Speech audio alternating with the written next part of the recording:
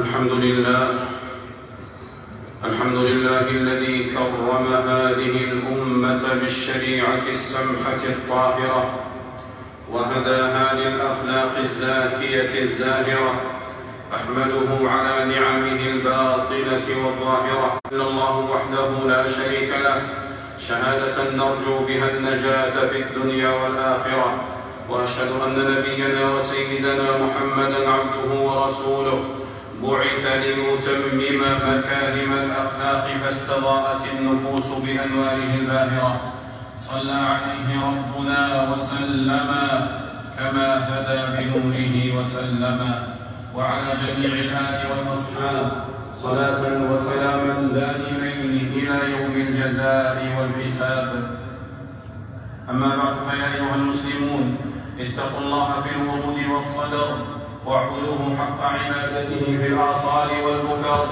يا أيها الذين آمنوا اتقوا الله حق تقاته ولا تموتن إلا وأنتم مسلمون. أيها المسلمون، أعظم الأرزاق حسن الأخلاق، والخلق الحسن غناء الفقراء وزينة الأغنياء وحلية السعداء. ومن حسنت أخلاقه درت أرزاقه، ومن ساءت أخلاقه طاب فراقه. وكم من وضيع رفعه خلقه، ورفيع وضعه خلقه. ومن حسن خلقه أراح واستراح، وانجذبت نحوه الأرواح. عن أبي ذر رضي الله عنه قال لي رسول الله صلى الله عليه وسلم: اتق الله حيثما كنت، وأتبع السيئة الحسنة تمحها، وخالق الناس بخلق حسن. أخرجه أحمد والترمذي. وكان ذو الوجه الوضي والخلق الرضي رسول الله صلى الله عليه وسلم، مع ما خصه الله به من جميل الشمائل والفضائل والأخلاق الزكية والأوصاف العلية، يدعو الله أن يهديه لأحسن الأخلاق ويصرف عنه سيئها. عن عبد الله بن مسعود رضي الله عنه قال رسول الله صلى الله عليه وسلم: اللهم كما أحسنت خلقي فحسن خلقي. رواه أحمد وصححه ابن حبان. وعن علي بن أبي طالب رضي الله عنه عن رسول الله صلى الله عليه وسلم أنه كان إذا قام إلى الصلاة قال: وجهت وجهي للذي فطر السماوات والأرض حنيفا وما أنا من المشركين. إن صلاتي ونسكي ومحياي ومماتي لله رب العالمين لا شريك له، وبذلك أمرت وأنا من المسلمين. اللهم أنت الملك، لا إله إلا أنت ربي وأنا عبدك. ظلمت نفسي واعترفت بذنبي، فاغفر لي ذنوبي جميعا، إنه لا يغفر الذنوب إلا أنت. واهدني لأحسن الأخلاق، لا يهدي لأحسنها إلا أنت. واصرف عني سيئها، لا يصرف عني سيئها إلا أنت. لبيك وسعديك، والخير كله في يديك، والشر ليس إليك. أنا بك وإليك، تباركت وتعاليت. أستغفرك وأتوب إليك. أخرجه مسلم. قال القرطبي: وقد أجاب الله تعالى دعاء نبيه صلى الله عليه وسلم في ذلك، فجمع له منها، أي من محاسن الأخلاق، ما تفرق في العالمين، حتى قال له تعالى: وإنك لعلى خلق عظيم. خلائق كالحدائق طاب منها النسيم، وأينعت منها الثمار. وقال حكيم من الحكماء لابنه: يا بني، الأدب خير ميراث، وحسن الخلق خير قرين، والتوفيق خير قائد، والاجتهاد أربح بضاعة، ولا مال أعوذ من العقل، ولا ظهير أوثق من المشورة، ولا وحدة أوحش من العجب، ولا فقر أشد من الجهل، ولا عدم أعدم من قلة العقل. وقال الأحنف: ألا أخبركم بالمحمدة بلا موزئة؟ الخلق السجيح والكف عن القبيح. ألا أخبركم بألوان الداء؟ الخلق الدنيء واللسان البذيء. أيها المسلمون، والأخلاق الصالحة ثمرة العقول الراجحة، ومن لانت كلمته وحسنت عشرته وجبت محبته وعظمت مودته وارتضيت صحبته وتواردت على مدحه الألسن وروت من أخباره ما يجمل ويحسن. كل الأمور تزول عنك وتنقضي إلا الثناء فإنه لك باقي، ولو أنني خيرت كل فضيلة ما اخترت غير محاسن الأخلاق. عن جابر رضي الله عنه أن رسول الله صلى الله عليه وسلم قال: إن من أحبكم إلي وأقربكم مني مجلسا يوم القيامة أحاسنكم أخلاقا. أخرجه الترمذي. أيها المسلمون، وحسن الخلق هو القيام بالحقوق والإحسان والبر والصلة وسلامة الصدر وحسن البشر وصدق الحديث والعدل والنصفة وقبول الأعذار والعفو والمساهمة والمسامحة والتخلي من الرذائل والتحلي بالفضائل وترك الخوض في أخبار الناس وتتبع أحوالهم واستقصاء أمورهم وحكاية أقوالهم وأفعالهم والبحث والتنقير والتفتيش عن أسرارهم وترك الغلظة والفظاظة والجفاء والتقطيب والعبوس وترك العجلة والعنف والطيش، وأن تصل من قطعك وتعطي من حرمك وتعفو عمن ظلمك ولا تقابل الأخلاق السيئة بمثلها.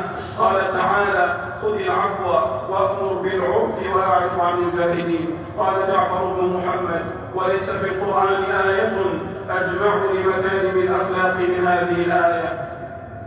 وروي عن علي رضي الله عنه أنه قال: حسن الخلق في 3 خصال: اجتناب المحارم وطلب الحلال والتوسعة على العيال.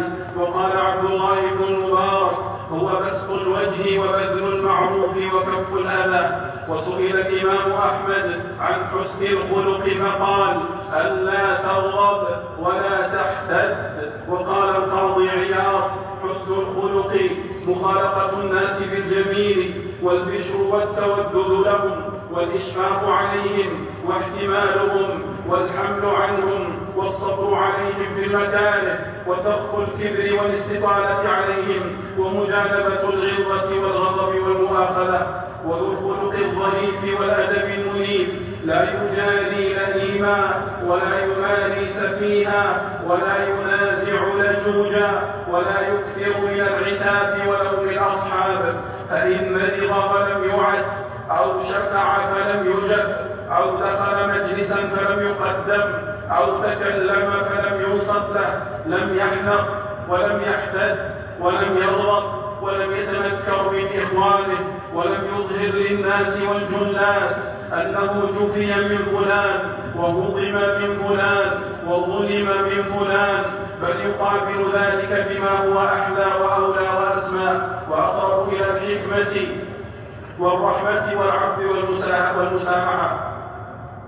وكان رسول الله صلى الله عليه وسلم يعفو ويصفح ويصبر على الجفوة والهفوة ويحلم على الجاهل ويحسن إليه ويرفق به ويصله ويعطيه ولو أفحش في المسألة وأساء في المنطق والخلق. عن أنس رضي الله عنه قال: كنت أمشي مع رسول الله صلى الله عليه وسلم وعليه رداء نجراني غليظ الحاشية، فأدركه أعرابي فجبذه بردائه جبة شديدة. نظرت إلى صفحة عنق رسول الله صلى الله عليه وسلم وقد أثرت بها حاشية الرداء من شدة جبته، ثم قال: يا محمد، مر لي من مال الله الذي عندك. فالتفت إليه رسول الله صلى الله عليه وسلم فضحك ثم أمر له بعطاء. متفق عليه. سلام على تلك الخلائق إنها مسلمة من كل عار ومثم. وعن عبد الله بن عمرو بن العاص رضي الله عنهما قال: لم يكن رسول الله صلى الله عليه وسلم فاحشا ولا متفحشا، وكان يقول: إن من خياركم أحسنكم أخلاقا. متفق عليه. وعن النواس بن سمعان الأنصاري رضي الله عنه قال: سألت رسول الله صلى الله عليه وسلم عن البر والإثم، فقال: البر حسن الخلق، والإثم ما حاك في صدرك وكرهت أن يطلع عليه الناس. رواه مسلم. أيها المسلمون، ويبلغ المؤمن بحسن الخلق وكرم السجية وكف الأذية وجميل العشرة شريف المنازل وعظيم الدرجات. عن عائشة رضي الله عنها قالت: سمعت رسول الله صلى الله عليه وسلم يقول: إن المؤمن ليدرك بحسن خلقه درجة الصائم القائم. رواه أبو داود. وعن أبي أمامة الباهلي رضي الله عنه قال: قال رسول الله صلى الله عليه وسلم: أنا زعيم ببيت في ربض الجنة لمن ترك المراء وإن كان محقا، وببيت في وسط الجنة لمن ترك الكذب وإن كان مازحا، وببيت في أعلى الجنة لمن حسن خلقه. رواه أبو داود. وعن أبي الدرداء رضي الله عنه أن النبي صلى الله عليه وسلم قال: ما من شيء أثقل في ميزان العبد يوم القيامة من حسن الخلق، وإن الله يبغض الفاحش البذيء. رواه الترمذي. وعن أبي هريرة رضي الله عنه قال: سئل رسول الله صلى الله عليه وسلم عن أكثر ما يدخل الناس الجنة، قال: تقوى الله وحسن الخلق. وسئل عن أكثر ما يدخل الناس النار، فقال: الفم والفرج. رواه الترمذي. جعلني الله وإياكم ممن حسنت أخلاقهم واتسعت أرزاقهم. أقول ما تسمعون وأستغفر الله فاستغفروه، ويا فوز المستغفرين.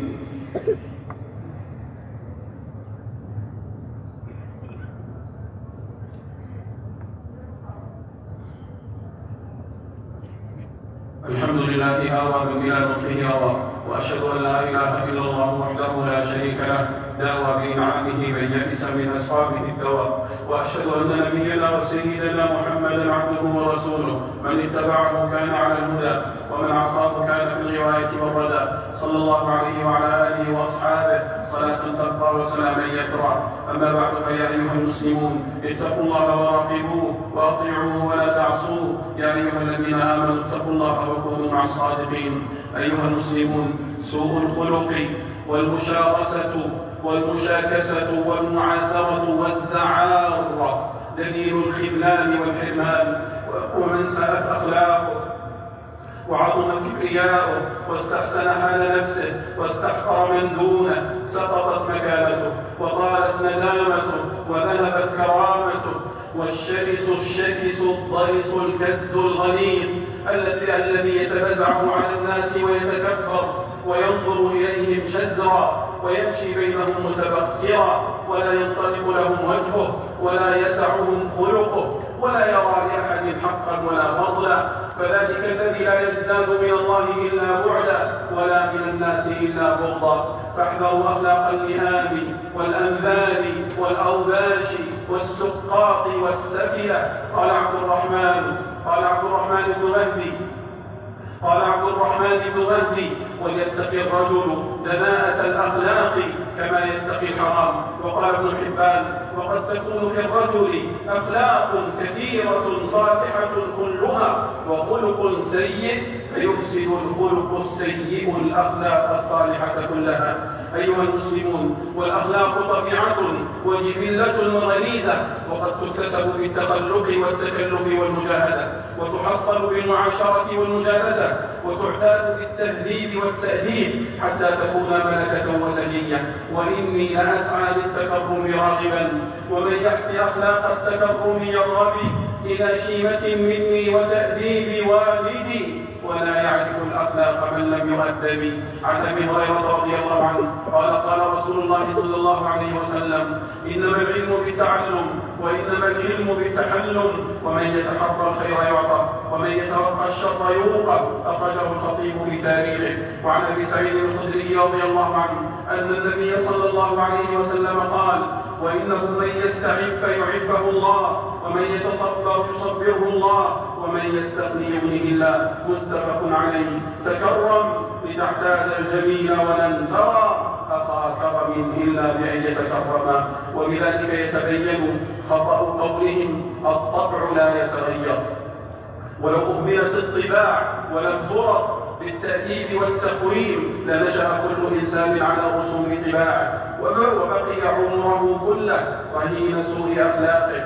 وتغيير الطباع السيئة والأخلاق الرديئة والعادات القبيحة داخل في حيز المكنة والقدرة والاستطاعة. ومن ابتلي بشيء من ذلك وعزم على التغيير وصدق في طلب الغاية وجاهد وصابر رجي له الخروج من كل خلق رديء والظفر بكل خلق سليم، إلا من ضعف عن المجاهدة وتعلق بالأهواء المغرية ومال للبواعث السابقة، فذلك الذي غلبته طباعه وجلبته أطباعه. فارغبوا في مكارم الأخلاق ومعانيها وتعالوا عن سفاسفها ومساويها. وصلوا وسلموا على أحمد الهادي شفيع الورى طرا، فمن صلى عليه صلاة واحدة صلى الله عليه بها عشرا. اللهم صل وسلم على نبينا وسيدنا محمد بشير الرحمة والثواب ونذير السطوة والعقاب الشافع المشفع يوم الحساب. وارض اللهم عن الخلفاء الراشدين والأئمة المهديين ذوي الشرف الجليل والقدر العلي أبي بكر وعمر وعثمان وعلي وعن سائر الآل والأصحاب وعنا معهم يا كريم يا وهاب. اللهم أعز الإسلام والمسلمين